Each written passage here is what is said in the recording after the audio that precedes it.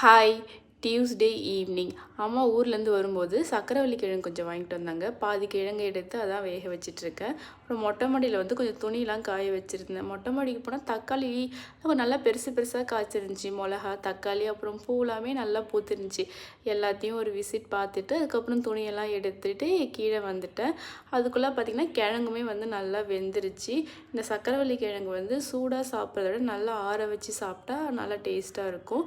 அதனால் ஒரு பிளேட்டில் எடுத்து ஆற வச்சுட்டு அதுக்கப்புறம் மார்னிங் கால் பண்ணிட்டு வரும்போது சிக்கன் வாங்கிட்டு வர சொன்னேன். அதே மாதிரி அவங்களும் சிக்கன் வாங்கிட்டு வர சொன்னாங்க. நைட்டு டின்னர் வந்து ரெடி பண்ண ஆரம்பித்தாச்சு.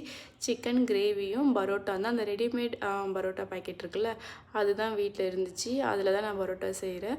அப்புறம் பரோட்டா, சிக்கன் கிரேவி எல்லாம் முடிஞ்சிச்சு. அப்புறம் ஆஃப் பாயில் சாப்பிடணும் போல் இருந்துச்சு. அதனால் முட்டையை உடச்சி ஊற்றி வெயிட் பண்ணிகிட்டு இருந்தேன். என்ன தோணுச்சுனே தெரியல, திடீர்னு திருப்பி போட்டேன். ஆஃப் பாயில் ஃபுல் பாயில் ஆகிடுச்சு. அதுக்கப்புறம் வந்து சிக்கன் ஃப்ரையும் பண்ணி சாப்பிட்டோம். தேங்க்யூ ஃபார் வாட்சிங்.